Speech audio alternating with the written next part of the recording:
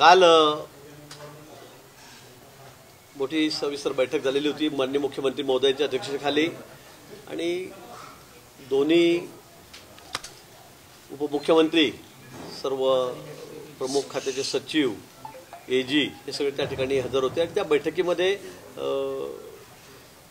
असं ठरलं होतं की उद्या जाऊन पुन्हा जरंगे पाटलांशी त्या ठिकाणी बोलायचं आणि त्यांना विनंती करायची किंवा तुम्ही उपोषण सोडा आणि ते यासाठी की ती समिती जी नेमली होती 3 महिन्यापूर्वी त्या समितीला 1 महिन्याची मुदतवाढ परत द्यावी असं त्या ठिकाणी ठरलेलं होतं आणि म्हणून तसंच सांगण्यासाठी तशी विनंती करण्यासाठी उपोषणाला तुम्ही बंद करा सांगण्यासाठी आम्ही आज भुमरे साहेब आहेत, सावे साहेब आहेत, अर्जुनजी खोतकर आहेत, नारायण कुचे आहेत, मंगेश चव्हाण आहेत, आम्ही सगळेजण त्या ठिकाणी आलेलो होतो आणि म्हणून आज आम्ही त्यांना विनंती केली की आता आपलं काम अतिशय वेगाने सुरू झालेलं आहे। माननीय मुख्यमंत्री महोदयांनी सूचना दिलेल्या आहेत की 1 महिन्याच्या आत एका महिन्याच्या म्हणजे 1 महिना नाही 1 महिन्याच्या आत म्हणजे 15 दिवसात होईल 20 दिवसात होईल ही सगळी समितीचं कामकाज तुम्ही आटपा आणि तुमचा रिपोर्ट हा त्याकडे सादर करा आणि म्हणून आजपासून अतिशय वॉर लेवलवर सर्व अधिकारी चीफ सेक्रेटरीपासून सेक्रेटरीपासून सगळे प्रधान सचिव सगळे कामाला लागलेले आहेत आणि ही जी कमिटी आहे त्याचं कामकाज त्या ठिकाणी सुरू झालेलं आहे आणि म्हणून आम्ही हे सर्व जरंगे पाटलांच्या कानावर टाकलेलं आहे। पण आज आम्ही त्यांना विनंती केली की आपण आता उपोषण संपवावं आणि 1 महिनाभर म्हणजे महिन्याभराच्या आत मग त्याला 20 दिवस लागतील 25 लागतील किंवा 30 लागतील पण महिनाभराचा 31वा दिवस होणार नाही असं आम्ही त्यांना सांगितलं आणि आपण आपलं उपोषण संपवावं अशी आम्ही विनंती करायला त्या ठिकाणी गेलो। पण त्यांनी सांगितलं की मला तो GRच हातात पाहिजे। आता तसा GR द्यायचा असेल तर त्याला काहीतरी कायद्याचा आधार लागेल, त्याला तांत्रिकदृष्ट्या सगळी पूर्तता करावी लागेल। मी त्यांना खूप समजवण्याचा प्रयत्न केला पण त्यांचा आग्रह आहे की मला 3 महिने तुम्ही दिलेले होते आता ते 7-8 दिवस जास्त झालेले आहेत आता तुम्ही पुन्हा 1 महिना सांगतायत। मी त्यांना सांगितलं की अशा कामामध्ये कारण हे काही छोटं काम नाही आहे, हा खूप मोठा विषय आहे आणि म्हणून आता ठीक आहे 3 महिने कमी पडले असतील समितीला, मध्ये काही अधिकाऱ्याच्या बदल्या झाल्या होत्या आणि म्हणून तुम्ही आम्हाला थोडा वेळ वाढून द्या 1 महिना वाढून द्या पण ते थोडं ऐकायला तयार नाही आहेत। त्यांनी सांगितलं की ठीक आहे मी आजचा अल्टिमेटम दिला तर अजून पुन्हा 4 दिवस तुम्हाला अल्टिमेटम देतो, 4 दिवस तरी तुम्ही 4 दिवसात तरी आम्हाला तो GR आणून द्या आणि म्हणून मग असं सांगून हा विषय त्या ठिकाणी संपला। मी त्यांना सांगितलं मी माननीय मुख्यमंत्री महोदयांशी त्या ठिकाणी बोलतो, उपमुख्यमंत्री महोदयांशी त्या ठिकाणी बोलतो आणि नंतर चर्चा करून आपल्याला पुन्हा निरोप त्या ठिकाणी देतो असं सांगून आजचा हा विषय या ठिकाणी संपलेला आहे। सर सरकारमध्ये आता दुहेरी अडचण निर्माण झाली, एकीकडे जरंगे पाटील म्हणतात की 4 दिवसात संपूर्ण मराठ्यांना कुणबीमधून आरक्षण देण्याचं GR घेऊन या, परंतु दुसरीकडे आता ओबीसी नेते मंडळी म्हणतात की आता आरक्षणामध्ये ओबीसी आरक्षणामध्ये वाढ करून नंतरच त्या ओबीसी आरक्षणामध्ये मराठ्यांना समाविष्ट करून घ्या अन्यथा आम्ही ते आरक्षण होऊ देणार नाही अशी ओबीसी नेत्यांची जी आहे आता मागणी समोर येताना पाहायला मिळते। दोन्हीकडे ओबीसींचं म्हणणं आहे की आमच्यामध्ये हा वाटा मी देणार नाही, मराठा समाजाला कुणबी जो एक भाग आहे तो म्हणतो की आम्हाला खरं म्हणजे कुणबी समाजाला आरक्षण आहे पण जरंगे पाटलाचं असं म्हणणं आहे की जे या मराठवाड्यातले मराठा समाज आहे त्यांना कुणबी म्हणून तो दर्जा देऊन त्यांना त्या ठिकाणी आरक्षण द्यावं असं त्यांचं म्हणणं आहे आणि म्हणून ओबीसीच्या बाबतीमध्ये अनेक जण बोलायला लागले की आमच्यामध्ये हा वाटा का, पण मला वाटतं हा थोडा न्यायिक बाब आहे, तांत्रिक बाब आहे। मला वाटतं माननीय मुख्यमंत्री महोदय उपमुख्यमंत्री दोघं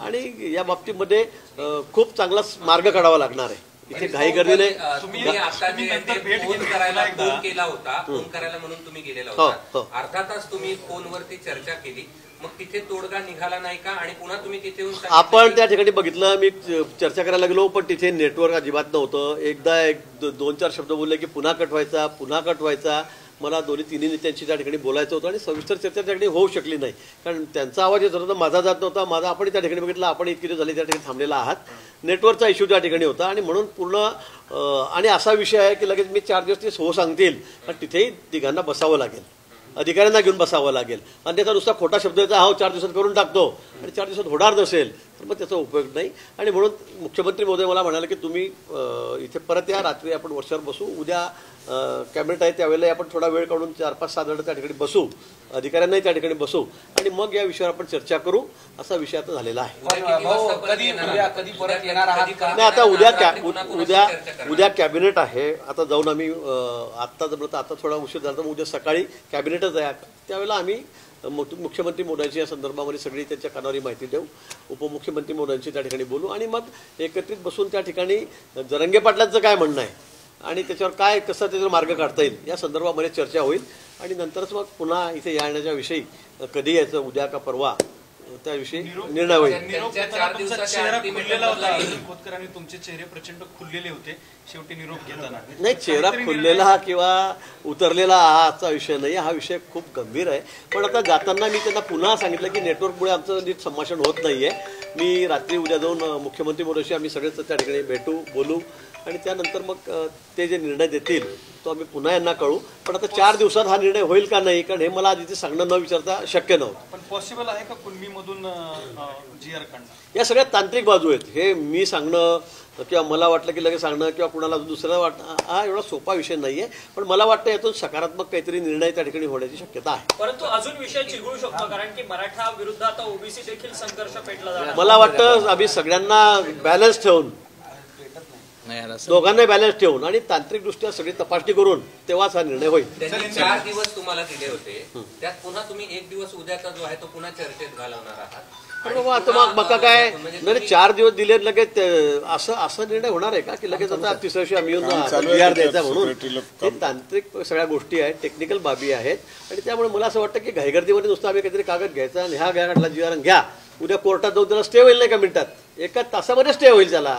आपण बघितलंय मराठा समाज आरक्षणाच्या बाबतीमध्ये आम्ही 2-3 वर्ष एवढं मेहनत घेतली, सगळे सॉलिसिटर जमा केले, आम्ही अतिशय चांगला मार्ग काढला, सगळ्या तांत्रिक बाबी आम्ही पूर्ण केल्या, एवढे ठराव झाले विधानसभेमध्ये आणि एवढं झाल्यावर सुद्धा सुप्रीम कोर्टामध्ये ते फेटाळलं गेलं. त्याची बाब म्हणजे त्याची गोष्ट वेगळी होती, कारण त्यावेळेला म्हणजे उद्धव ठाकरे सरकारने अजिबात त्या ठिकाणी स्वतः लक्ष घातलं नाही. चव्हाण साहेब उपसमिती अध्यक्ष होते, त्यांनी कडे जाऊन बघितलं नाही. हा त्यांच्या निष्काळजीपणामुळे झालेला आहे. परंतु मला असं वाटतं की ह्या ज्या गोष्टी आहेत त्या एवढ्या सोप्या नाही आहेत की लगेच अल्टिमेटम दिला मग तुम्ही 1 दिवस घालवाल, तुम्ही परवा आणाल का GR, तरवा आणाल का. पण मला वाटतं की हे सगळं तपासून होईल आणि आम्हाला कायमस्वरूपी ते टिकेल असंच या ठिकाणी काम करायचं आहे. अन्यथा नुसतं जा आणि हातात कागद द्या असं मला करायचं नाही. 4 दिवसात शक्य आहे का? तुम्ही संकट मोचक म्हणून यापूर्वी अनेक मोठ्या आंदोलनामध्ये शिष्टा यशस्वीरित्या पूर्ण केली होती. आज तुमचा विश्वास होता की आज काहीतरी होईल, तोडगा निघेल. पण नेमकं काय असं झालं की ज्यामुळं या सगळ्या परिस्थितीवर पुन्हा करावं लागतं आणि त्यांची चूक आहे का असं तुम्हाला वाटतं? कारण या सगळ्या परिस्थितीत तांडलं तर तुटतं असाही एक काही जणांचा विचार आहे. नाही, मला वाटतं मी संकटमोचक म्हणतायत, मी अनेक ठिकाणी शिष्टाई केली खरं आहे. पण मलाही आज असं वाटत होतं की आज हा विषय मार्गी लागणार नाही, खरं म्हणजे मी आपल्याला सांगतो. पण चर्चा सुरू ठेवली पाहिजे, बोललं पाहिजे. अन्यथा सरकारचं मग कोणी देत नाही, कोणी बोलत नाही असं होता कामा नये. आणि म्हणून चर्चेतून निश्चित मार्ग निघत असतो. आता आपण अनेक आंदोलनं पाहिलेत. अण्णासाहेबांकडे तर मी 10 दिवस त्यांच्याजवळ बसून राहिलेलो होतो, त्यांच्या पलंगाच्या खाटीच्या बाजूला, गादीच्या बाजूला.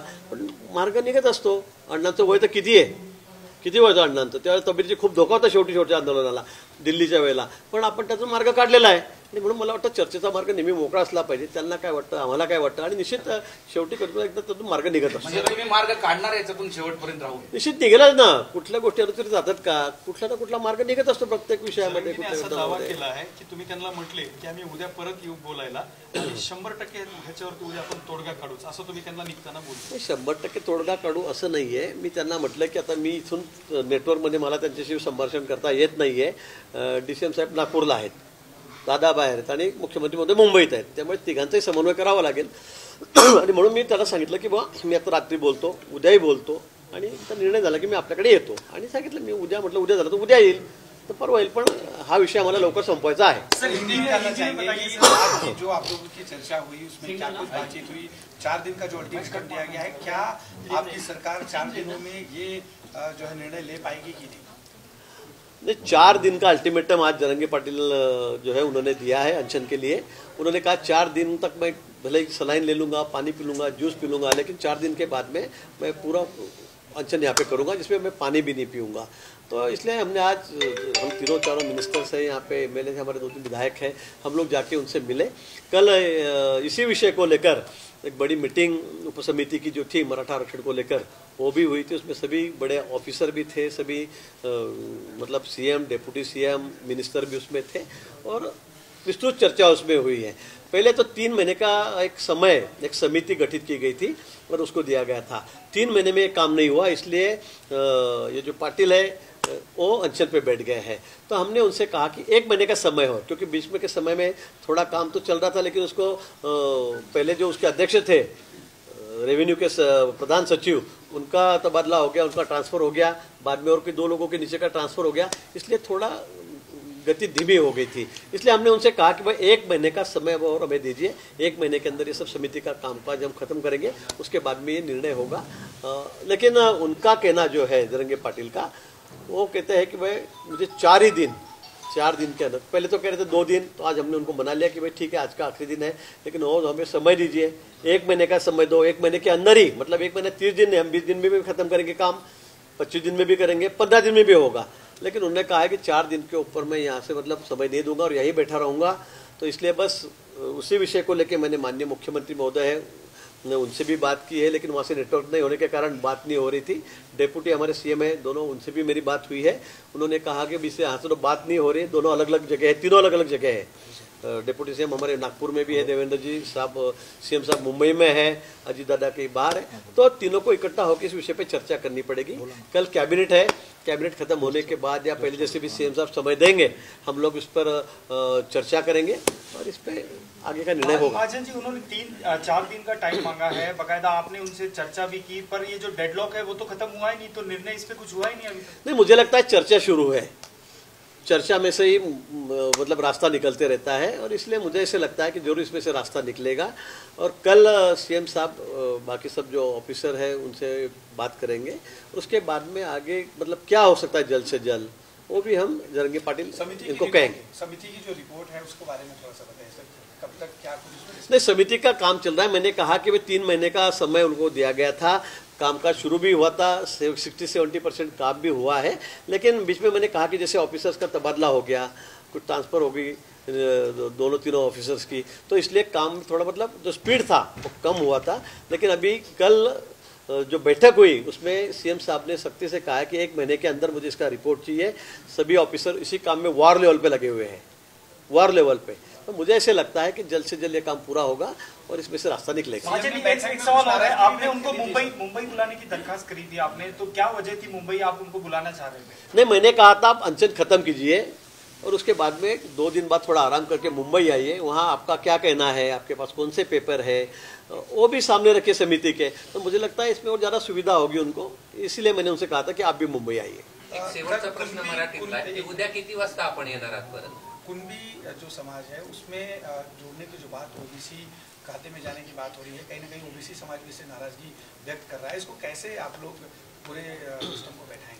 नहीं, ये बड़ा टेक्निकल इशू है ऐसे देखे जाए तो, क्योंकि अगर ओबीसी में आरक्षण देते तो ओबीसी भी कल खड़े हो जाएंगे, इनको भी आरक्षण देना है। तो मुझे लगता है सभी बातें बैलेंस रखकर इसमें जो एक्सपर्ट्स हैं उनकी भी राय लेनी पड़ेगी। इसमें सीएम, दोनों डिप्टी सीएम है, वो भी इसमें सबकी राय लेंगे और मुझे लगता है एक बैलेंस डिसीजन इसमें करना पड़ेगा। ऐसे नहीं कि बस इनको दे दिया तो फिर ओबीसी वापस कल रास्ते पे उतर आएंगे। तो मुझे ऐसे लगता है कि भाई दोनों को सामने रख के, ओबीसी और मराठा समाज, इनको दोनों को सामने रखकर एक बैलेंस डिसीजन इसमें करना पड़ेगा। पर सर 4 दिन का आपने वक्त मांगा है, तो जांगरे पाटिल को आप बताएंगे कि 4 दिन में नहीं होगा ये? नहीं, अभी देखो, अभी कल तो मैं बात करूंगा सीएम साहब से, और मुझे लगता है कि भाई ये विषय बहुत बड़ा है, इतना छोटा विषय भी नहीं है कि बस हमने लिख दिया और दे दिया, हाथ में पर्चा दे दिया, ऐसे नहीं है। तो ये देने के बाद ये कोर्ट में भी तो टिकना चाहिए, कोर्ट में भी तो रहना चाहिए। अगर हम उनके हाथ में कोई पेपर दे देंगे कल, वो कहते हैं तो पहले तो उन्होंने कहा कि मुझे कल के कल होना, 2 दिन में होना, ठीक है। मैंने कहा क्या होना, तो बोले कैबिनेट का डिसीजन लो। तो कैबिनेट को कोई ऐसा अधिकार ही नहीं है कि भाई कोई भी लिखेंगे कि भाई इनको इधर डाल दो, इनको उधर डाल दो, इनको आरक्षण दो, ये अधिकार कैबिनेट का नहीं। मैंने ये भी उनको समझाया। लेकिन अगर हम लोग कुछ भी लिख के उनके हाथ में दे देते हैं और कल कोई कोर्ट में तो जाएंगे ही, दूसरे दिन कोई कोर्ट में खड़ा हो जाएगा, तो उसको तो कच्चे का डिब्बा ही बताया जाएगा ना। तो इसलिए हमको आरक्षण भी ऐसे देना है, उनकी जो मांग है वो पूरी करेंगे, लेकिन उसको मतलब शाश्वत देना चाहिए कि जिससे मतलब आगे उसमें कोई टेक्निकल खामी ना रह जाए, कमी ना रह जाए। वक्त लगेगा इसमें थोड़ा वक्त, हमने महीने भर का वक्त मांगा है, तभी ये सही मायने में अगर देना है, शाश्वत देना है, परमानेंट देना है, तो मुझे लगता है ये टेक्निकल सब जो साइड है, जो बाजू है, वो सब देखकर वो करना पड़ेगा। एक शेवटचा, उद्या किती वाजता येऊ शकाल? मैंने कहा है की कल हा मी सांगितलेलं आहे की मी मुख्यमंत्री महोदयांशी त्या ठिकाणी आता चर्चा केली आहे। मी येताना रस्त्यात, कारण तिथे नेटवर्क नव्हतं आणि म्हणून त्यांच्याशी आम्हाला विचारावं लागेल, आमचे जे ऑफिसर्स आहेत, अधिकारी, त्यांच्याशी विचारावं लागेल की 4 दिवसात होईल का, 5 दिवसात होईल का, त्यांनी महिनाभर आम्ही कालच्या मिटिंगमध्ये सांगितलेलं होतं की महिनाभरात आम्ही ते सगळं पूर्ण करू. आणि म्हणून मला असं वाटतं की सगळी चर्चा उद्या होईल. उद्या कॅबिनेट आहे, त्यानिमित्त सगळे मंत्री राहतील. आम्ही 4-5 लोक त्यातले जे आहेत उपसमितीतले ते त्या ठिकाणी बसून त्या बाबतीमध्ये निर्णय करतील. आणि निर्णय झाल्यावर मग मी जरांगे पाटील त्यांना त्या ठिकाणी कळवेल. उद्याच गरज पडली तर उद्या येऊनही जाऊ. देश विदेशातील प्रत्येक घडामोडींचे लाईव्ह अपडेट मिळवण्यासाठी आता साम टीव्हीच्या सर्व सोशल मीडिया प्लॅटफॉर्मला लाईक, फॉलो आणि सबस्क्राईब करा. तसंच सर्व नोटिफिकेशनसाठी बेल आयकॉन प्रेस करायला विसरू नका.